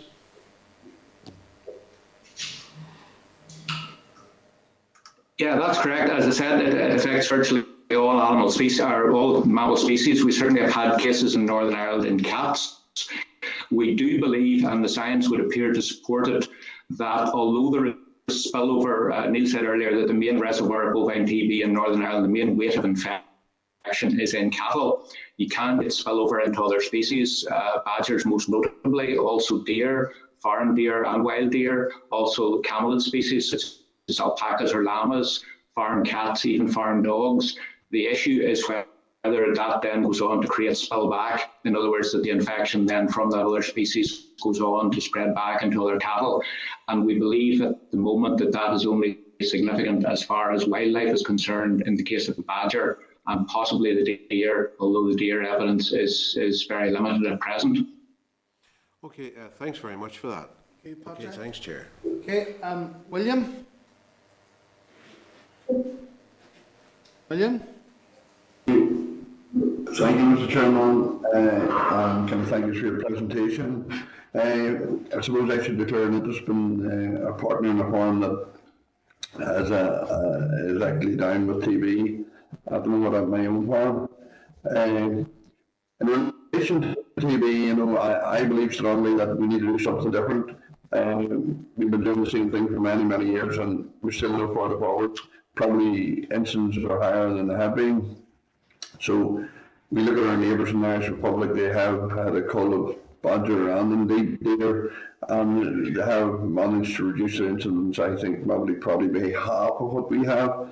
In relation to the possible cull of badgers, have you looked at possible ways of identifying where and what areas or where culls will take place? Do you want me to take that one again, Neil? William, thank you. Thank you very much for that. Yes, Raymond, you've already touched upon it, and so yes, I'm happy for you to do so. Thank you. Yeah, okay, William.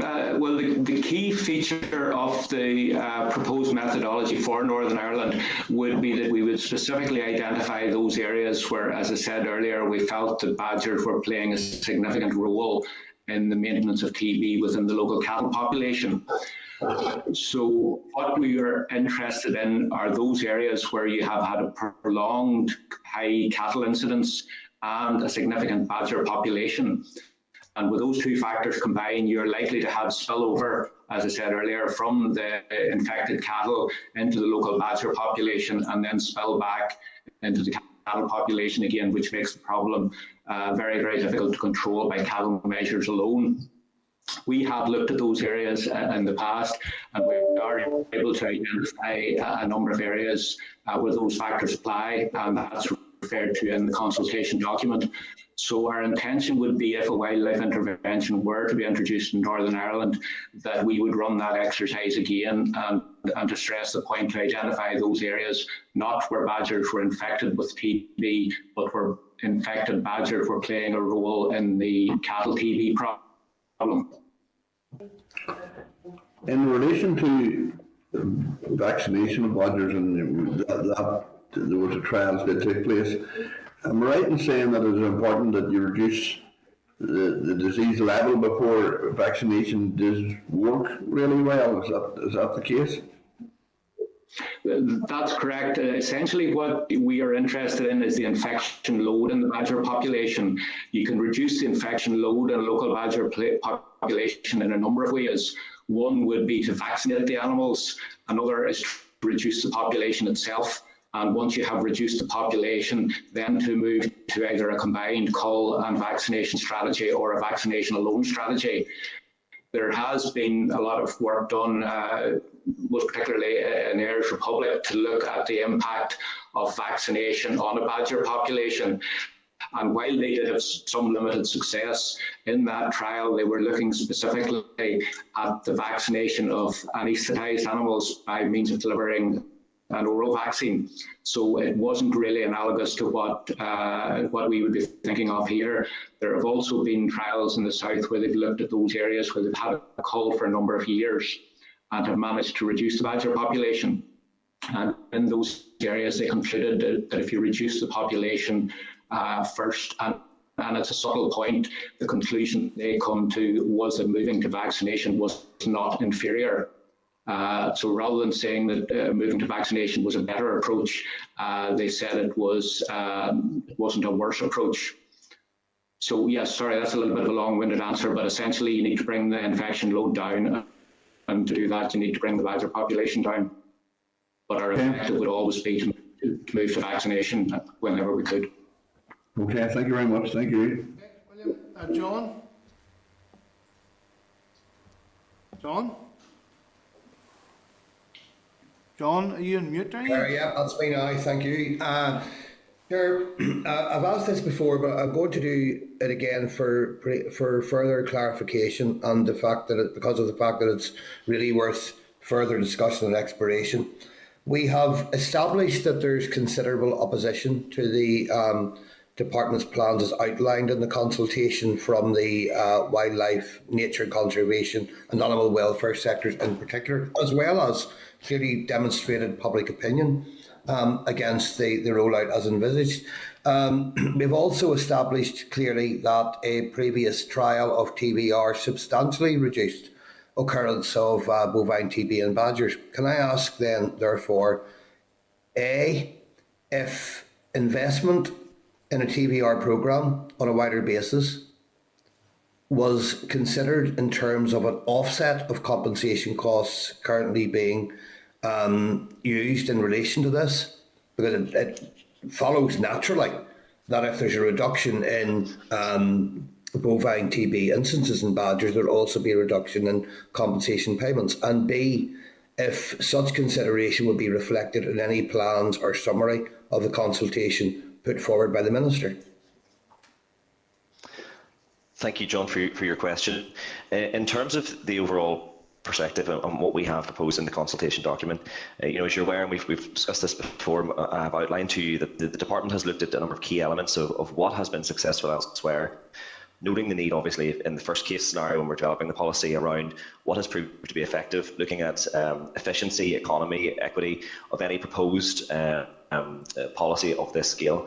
We take ourselves through the process and we then come to the conclusion of there are a number of different elements that could work, but what provides the best value for money and what provides the best value for the department in progressing that forward and to be effective on the ground. I do note, in terms of the considerable pushback and the responses from some sectors around wildlife intervention, particularly around, of course, the petitions and the one that you presented to the Assembly, John. I also note, in terms of the consultation responses, that from a farming community perspective, there's broad, overwhelming support for the wildlife intervention approach. Within the advice to the Minister, he will make the final decision. He will have to look at that, and obviously look at the consultation responses and look at whatever the public has said around this, and that is a decision for him to make, which is why through all these years we have never taken a decision on wildlife intervention. It has always been a Minister to look at. In terms of your question around TBR being rolled out further, TBR in terms of what it has shown, we'll bring Raymond in again in a second as one of the key vets working on that. It was a research project as opposed to a programme to which you could efficiently or effectively say that it would be totally successful across Northern Ireland of impacting on the cattle disease within that particular area as it did in the Banbridge area. But I'll bring Raymond in to outline in terms of what the findings were around that and to highlight the research aspect of that particular thing that we had, or operational delivery we had on the ground a number of years ago. Yeah, thanks, Neil. John, as Neil has said, TBR was a research project. It was only carried out in one area, and while on the basis of the field evidence and modelling that we had done by AFA in England, there was strong evidence that the incidence of TB in the badger population did drop, and drop quite dramatically. We were unfortunately unable to extrapolate from that the impact that drop then had on the local cattle TB problem, which of course is what our primary interest is. Okay, I get that, but to be clear, the analysis I refer to were any expenditure or stroke investment on a TBR programme should be offset against compensation payments currently being paid, because they should reduce naturally and automatically. Such an analysis has not been done then on terms of costs, and therefore cannot be presented either today or in any summary or conclusion by the Minister. That's the case, isn't it? Neil, if I may come in then? Neil, if I may come in? John, just as part of the process, this is Seamus Murray here, not sure if my name's coming up, but it is, yeah. It is good. As part of the process, we completed a business case, which went through a number of stages. It looked at all the options that were on the table in terms of not just the badger intervention, but the broader programme itself. And as far as possible, we sought to cost each of those options in fairly detailed way. And we also looked at the other aspects in relation to the non-monetary benefits, the risks and the benefits accruing from that. So TVR was one of those options and was costed along with all the rest of those.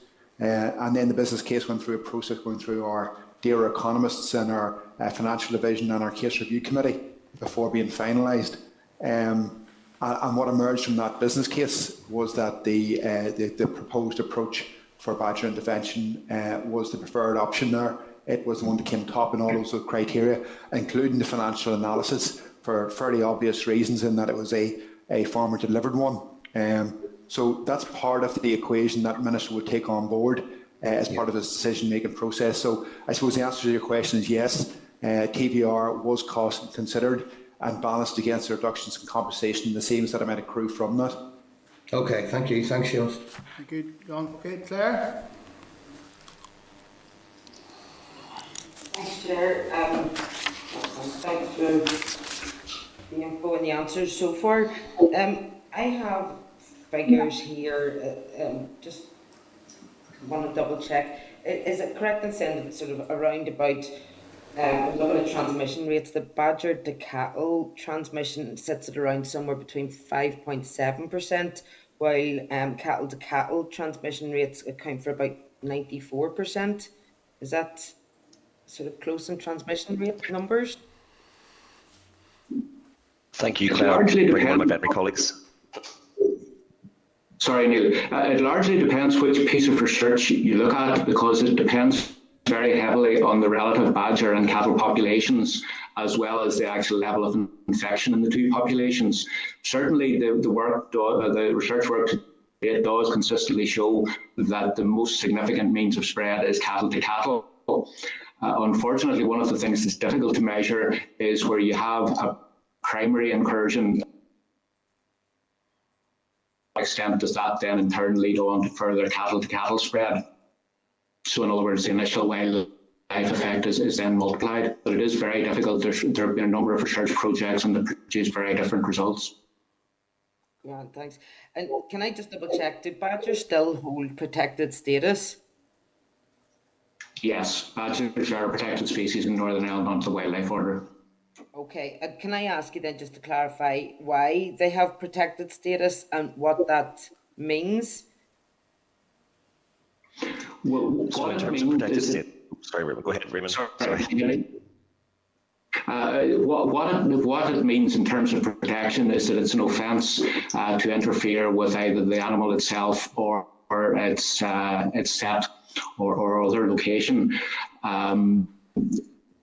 There are exemptions permitted in the Wildlife Order to that, where interference is permitted for certain reasons, and within the Diseases of Animals Order, wildlife culling is permitted again in specific circumstances. Thanks. And just then, why do you know why badgers have that status? I would, in terms of to answer that. I wouldn't, Claire, in terms of the development of the Wildlife Order back when it was first initiated, but I would assume in terms of many aspects of wildlife or animals, badgers potentially at one stage maybe would have had their sets interfered with, so as a result they had protected status. But the Disease of Animals Order sets aside protected aspects of any animal if it is within the context that the department needs to take action in terms of disease control, but under very strict conditions, noting the Berne Convention to ensure that we don't inhibit badger populations in a way that would detrimentally impact them on into the future. So they do still retain a level of protection through other pieces of legislation, and we're very much aware of that when we've developed this policy and progressed it forward. Grand. And do you know what the current badger population is? One of the aspects of any wildlife intervention is that it's extremely difficult to calculate any wild animal population. We believe it's around, I think it's the mid-20s of thousands of animals in Northern Ireland. So although it's a protected species, in that sense, it's not an endangered species, but population estimation is very, very difficult, which is in fact will be one of the main challenges of any wildlife intervention. In my answer to William earlier, I referred to reducing the population to the level where vaccination alone would be effective, and it's very difficult to calculate that. Right, thank you. And I'm just thinking the conversation we had, the presentation from your colleagues earlier on the avian flu. Obviously, that outbreak is here as well, and we're hearing that farmed flocks are being culled. So I'm just sort of wondering, joining dots in my head, has there ever been any consideration given, and maybe it's not your remit, to culling the wild birds? In terms no, of sorry. Go ahead, Raymond. I was saying, Claire, in terms of the outbreak specifically. Yeah. No, I think in terms of, we haven't considered that to date in terms of culling the wild birds, because I think it'd be incredibly difficult in order to where to focus, what wild birds we would cull at any particular site. as Jim and Julian outlined, around the surveillance aspect. When we establish that there is disease of wild birds in a particular area, we don't need to go in and test every single wild bird then that would potentially and unfortunately get sick or die within a particular area, because we've established that the disease is existent. The focus of veterinary staff and policy staff is to protect wider industry and to protect the Northern Ireland flock of over 24 million poultry at present. I think in terms of, to start to commence any particular cull of wild birds, where would you start and where would you end is the potential issue around that, Claire? Yeah, like the badgers. Just the last one. Do we know when the minister? Can you give us a date when the minister is due to announce his decision on this, and when delivery of that will start? So Claire, thank you for that. As I outlined, the environmental impact assessments form a key pillar of any ministerial decision on a policy of this type. And I'd like to remind it is, of course, wildlife intervention is one component. There are many other components within the strategy that the Minister will decide upon. We envisage that the consultants that have been appointed, experts in this area, will be engaging with stakeholders directly on their findings early in the new year. Following submission and completion of that report, we will then be providing final advice to the Minister, and it is his anticipation and expectation, as our own, for him to take final decisions then early in the new year. So I would hope around, you're looking at end of January, February time for that, by the time those process and steps are carried out. Claire, also, as I outlined in the initial speech, of course, with such a wide-ranging strategy looking at all elements of TB spread and maintenance, implementation of certain measures will be quicker than others. A lot of these, in terms of wildlife intervention, in terms of compensation, regime change, should the Minister decide to progress any of those aspects, will require legislative change, while other aspects of the strategy could be done quicker. So, for example, the SCH policy, that's a key thing, as we've outlined. I know the committee is concerned on it, that we want to review. That's us working with TBEP and engaging with stakeholders. That can be kicked off quite quickly. So the implementation timeline we need to look at further in detail, but we will know how to do that once the Minister takes a final decision, because we need to await that, of course. So it depends on what it is. Some things will move quicker than others. Okay. Thank you. Thank you, Claire. Thank you. Rosemary? Rosemary? Okay, thank you very much. Thank you, Neil, for your presentation there. Neil, just a couple of questions. Is there much investigation goes on to find the source if you have a new outbreak of TB in cattle in country areas? For example, is the source from an animal perhaps that's been bought in? Is it source from within maybe badger source, or is it from, in fact, maybe a wild deer source? So, Rosemary, I'll let veterinary colleagues come in as head of TB programme, but yes, there is a lot of investigatory work done, but I'll let them extrapolate that further. Yeah, thanks, Neil. I suppose I'll take that one as well. Yes, Rosemary, each individual TB herd outbreak is investigated and the cause of infection established, if that's possible. And obviously part of the reason for that investigation is to determine where the disease might have come from, where it might go to, and what measures would be appropriate or best appropriate on that particular farm. In general terms, when we collate these figures, roughly 1/4 of the disease outbreaks have been caused by cattle-to-cattle spread, in other words, the so-called over-the-fence spread. Another 1/4 have been caused either by the purchase of infected animals or a recurrence of infection, where a herd is infected, is de-restricted, and then becomes infected again shortly after. About 20% of the breakdowns are attributed to badgers. A very small number, less than 5%, are attributed to deer spread, and indeed we're carrying out some research, or AFBI are carrying out some research on our behalf at the minute to look at the impact deer may be having in Northern Ireland. Significantly, about 1/4 of all outbreaks and a cause is not established. As I said earlier, TB is a disease which develops quite slowly. There are often no clinical signs, so unlike avian flu, which we've heard about earlier, it's sometimes very difficult to determine exactly when disease came into the herd, and if you don't know when it came in, it's also hard to establish obviously how it came in. Mm-hmm. I'll maybe say a little bit more about research. There certainly has been a lot of interest in the role deer play in the spread of TB in the Irish Republic, and there's been a significant problem in the Wicklow Mountains area in particular with the spread of disease from deer, feral deer in that part of the world to cattle. We wanted to have a look in Northern Ireland at what the position was here, because there certainly has been concern, especially to the west and southwest of the province, that deer may in fact be playing a significant role. We've carried out a research project, as I said, at AFBI. The field part of that research is finished now, and we've collected through the hunting community approximately 500 deer heads. To date, we've only had 11 of those which have been positive for TB. And because that is such a low number, it's very difficult to draw conclusions about what role a deer may be having in TB in Northern Ireland. So at the minute, we're considering extending that research and collecting further heads to try to get a better sample to make conclusions on. But certainly at the minute, although deer are attributed to be a cause in certain localities, the evidence for that isn't there at present.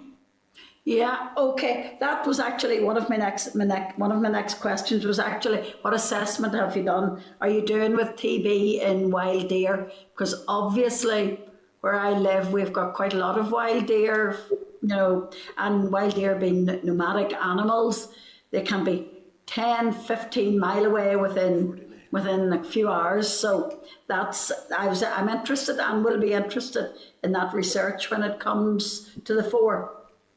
One other thing. Correct. Yeah. Sorry, I was just going to say, out of those 11 positives, I think 6 or 7 or maybe 8 of them were from the southwest, and the others were sort of scattered across the province. So definitely, if there is an issue, it is towards the west and southwest. Yeah. Thank you. One of the other things I just want to ask you about, probe a wee bit more. TB outbreaks have different strains of TB. Can that be associated with different areas? You get different strains of TB, and is it associated with different areas? Yes. Excuse me. A couple of issues there. Yes, absolutely. There are different strains of TB. We have been plotting those strains now for several decades.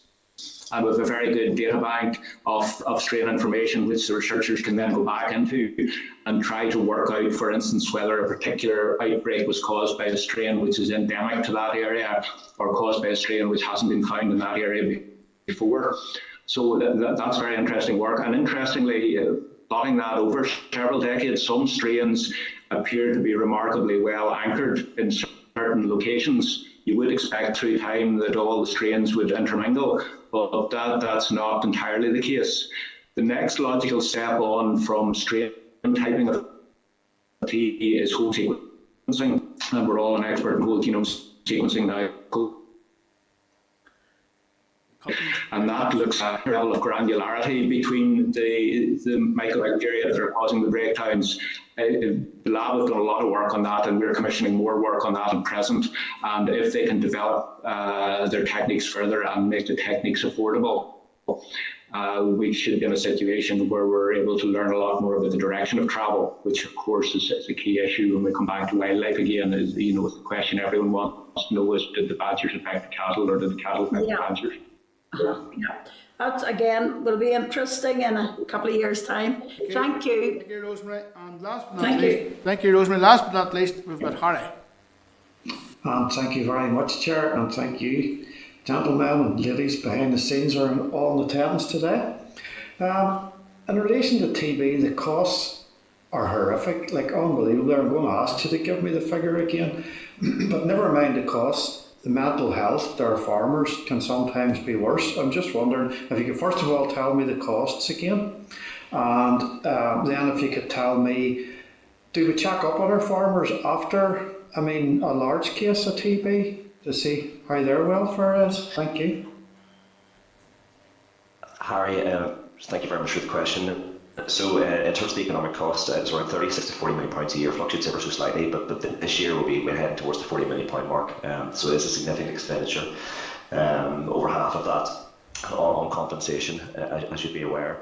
In terms of the mental health for farmers, the department and the minister fully recognises this. We will signpost some very big particular breakdowns to rural support and other sort of avenues where farmers can get help on that. There is also, fantastic. I do think that there's relationship built up between farmers and their local DBOs, who will obviously be investigating any particular breakdowns, particularly big breakdowns, and that ongoing engagement with the departments. So we are there both through the local offices and sort of centrally to support, both in terms of one-on-one contact, through help and support in managing the breakdown, as Rayna's outlined, epidemiological investigations, as they progress through to hopefully get cleared and retain their OTF status, and then of course if there are any other areas that we can signpost them to. So yes, it is a very much top of the agenda, and very much in terms of the Minister's perspective of why we need to get a grip on this disease because of the impact on farming families. It is truly devastating. Yep, appreciate that, and that the direction is given and checked up on. Thank you. And just another wee question on testing, and I hope this hasn't been asked because I had to nip out of the room for 2 minutes. Is there an opportunity to increase the use of blood tests as a primary testing methodology, because this is more specific with regards to identifying TB? So in terms of the gamma test, I think you're referring to, Harry, on that one, within the consultation document, yes, so that's one of the key things. We're just over 24,000 I think at present, and one of the key aims within the way forward is to move to 45,000 tests, blood tests, gamma tests per year within the next 3 years. We have introduced, in terms of control measures, the compulsory removal of gamma test positives within a herd. It is still voluntary for the farmer to take up the test where we find it to be necessary, and we are consulting then on introducing the compulsory use of gamma as well, and that's one of the things that the strategy and the consultation looked at in terms of that protocol and how that will be carried out. We know that there's a number of concerns within the consultation document around that. And certainly, if that is something that the Minister is minded to progress, we'll be working with industry on that to try and alleviate those concerns, some of the things that were raised within the document. So yes, it is a key thing, and we are looking to increase that, and that is a recommendation by both the TB SDG and something that TBIP is quite keen on too. Okay. Great, thank you very much, Dave, for your answer and for your attendance today. And thank you, Chair. Thank you. Thank you very much, Harry. And I want to thank the officials this afternoon for this morning. We're still in for that wide-ranging briefing and wide-ranging answers to our questions. Okay, good morning and good afternoon. Okay, thank you, folks. Okay, members, we're going to just move swiftly on. Thank you. Swiftly on here, written briefing here on the Sea Fishing Amendment Regulation 21, page 123 of the packs relating to the Sea Fishing Amendment Regulations. This statutory instrument will be laid by DEFRA and will come into effect the 31st of December. It's a number of technical changes, including extending current exemptions to landing obligations for a period of 3 years, extending the programme for the collection and management of fisheries data, increasing the amount of sea bass that may be caught as bycatch from 520 kg every 2 months to 380 kilograms per month, and that applies to here in Scotland. Are we okay? Note the proposals and forward any questions to Nick by the end of the day. Written briefing then, number 9 is the Marine Protected Areas Prohibition Fishing Methods Regulations 22. Papers for this agenda have not been received, it will be deferred. Number 10 is SL1, Scallop Enhancement Sites Prohibited Methods of Fishing Regulations NI 2022. Details are proposed to be found in 130 of your packs. Committee previously agreed considered the results of a consultation carried out by the Department in respect to scallop enhancement sites on 21st of October and was content to proceed with the proposals. The rule will prohibit certain methods of fishing in the following 4 scallop enhancement areas, sites: Ballyquinton, Drumfad Bay, Roaring Rock and Whitehead. Are members okay with those policy proposals? Just check the thing here. Okay. Okay, members, correspondence. So item number 11 is page 167 of your packs, powering a green economy report. Page 170 of your packs. Renewable NI has forwarded a report as commissioned with partners in respect of the potential viability of the onshore wind sector in terms of delivering the green growth strategy, and has offered to provide a briefing to members. Members, okay, we seek to include this briefing in our forward work programme. Okay. Notification and consultation of soft-shelled edible brown crab. 171 of your pack is correspondence to the Department advising of its intention to consult on regulations to prohibit the landing of soft-shelled brown crab. This in response to calls for the industry to take action in order to ensure the sustainability of the local crab stocks. The Department will launch a consultation following any comments made by the committee. Anybody wants to make any comment on this, please forward this to Nick by the end of end of this week, and this will be forwarded to the department. The soil nutrient scheme, that's paper from the department at page 363 of the packs, and it's a 5-year programme facilitated through AFBI to analyse soil nutrient health and carbon status of soil, hedgerows and fields across the region. It aims to have 250 farms take part over 5 years and up to 700,000 samples collected. The rollout will be phased as follows: Zone 1 in the south east from 22 to 23, Zone 2 the north east 23 to 24, Zone 3 in the northwest in the years 24 to 25, and Zone 4 farms in the southwest in the term years 25 to 26. It's estimated that the entire scheme will cost approximately 37 million, with the bulk of the fund coming from EU replacement funding for CAP Pillar 2 payments. There is estimated to be 9.47 million capital shortfall in funding over the life of the project the department intends to address through budget schemes. So, members, any questions about that or want to raise? Okay. Sure. Yes, Claire. Sorry, can I ask? I don't seem to have that bit in my pack. Same here, Chair. Page 363. But just the whole, it's listed in the correspondence, but whatever the correspondence from the department was has not been included in my pack. Yeah, you're right, Claire. I'm just looking at here. Yeah. I have the same thing, Chair, yeah. Yeah, I have the same. Chair, can I ask one question? Go for it. Absolutely. It's Rosemary speaking, Chair. Go for it. Yeah, Chair, you spoke about this soil testing taking place basically in certain areas on certain dates. And obviously, I hear the Southwest is going to be the very last one to have their soils tested. Yeah. But what I want to ask is, hopefully money will still be around. We're talking about a number of years hence. And hopefully, I would not like to see this programme at the end of the 3rd year say, sorry, there's no more money, and leave parts of the province without having or parts of the agricultural community without having their soils tested. So what guarantee do we have if we're working on, I know we have to work on a programme, but at the same time, certain areas could miss out, or hopefully it won't miss out. Yeah. Well, I think that needs to be noted, Nick, and forwarded to the department for response, Rosemary. Yeah, absolutely. Yeah. Good point. Thank you, Rosemary. Members, okay, we action the correspondence suggested an index sheet. Okay. Members, item number 12, members, forward work programme, page 459. Can I seek agreement for the forward work programme? Okay. Members, item 13 in our business. Members have any other business they want to raise? Chair. Yeah. Philip, is it? It's Phil.